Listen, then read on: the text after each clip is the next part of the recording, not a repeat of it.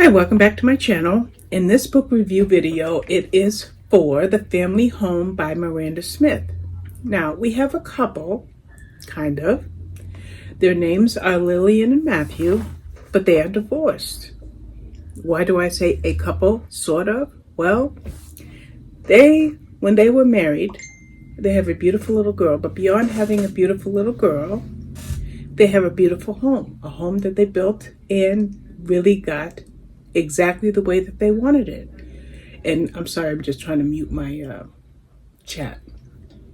Okay, now they're divorced and they don't want to upset the balance of their little girl's life, so they come up with a very, very a good agreement. They're going to keep the family home as the family home, okay? And then they have an apartment that they co-rent, and they are roommates, but they are never there at the same time. So if Richard is with their daughter, she's at the apartment. If she's with her daughter, he's at the apartment. Two separate lives. In fact, Richard is already dating. Yes, they're divorced, and Richard is in a fairly good relationship right now. Now, what happens? Well, not only is Lillian accepting the fact that Richard is in a relationship, but she befriends his girlfriend. And she goes out to dinner or for drinks with Richard's girlfriend, gets a little tipsy, comes home, stumbles onto the couch, and crashes. She wakes up a few hours later or the next morning, not sure which. And as she approaches her bedroom, she sees a man sprawled on her bed, covered in blood and dead. Who is he? How did he get there? And how long was he there? And how did he even get into her apartment? All of those questions, boom, boom, boom, come into her head. What is the first thing she does? Does she call 999? We're talking about a UK book. No, she calls Richard. She calls Matthew. If I've said Richard up until now, forgive me, I'm not going to redo the video. She calls Matthew. And he says, hang up and call the police. So she calls the police. Police come over and they start to interview her. And they start asking her questions. And she's, for the most part, truthful, but there are parts of her story that she kind of changes just a wee bit. Well, why can't she be 100% truthful? She came home and found this man dead in her bed. She had nothing to do with it. In fact, she definitely has an alibi because she was out drinking with Matthew's girlfriend. I just did a book review and the character's name was Richard. So forgive me. So, who has keys to this apartment? Lillian has keys. Matthew has keys. But the apartment doesn't appear to be broken into, so they don't know. She doesn't know. Of course, Matthew doesn't know how this man got into her apartment and who else got into her apartment and how this man was killed. Now, here's the catch. It's a psychological thriller.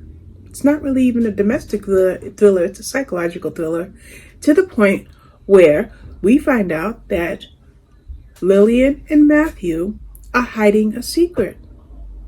Now, granted, their amenable divorce and their sharing the apartment and the house on separate occasions is all for the benefit of Mabel, their young daughter.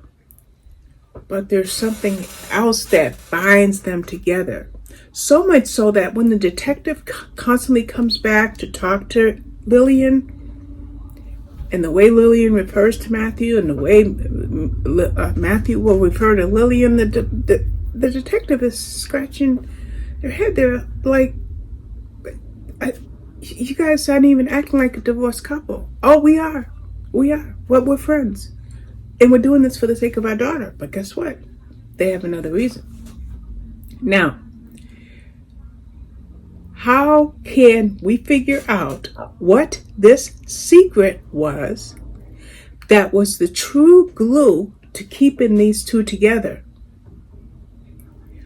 And then, of course, you have to figure out who the dead man was, who killed him, and why, and how, and How and in what way did it play into their past? That secret that they're hiding. Boom, boom, boom. Yes, all of that.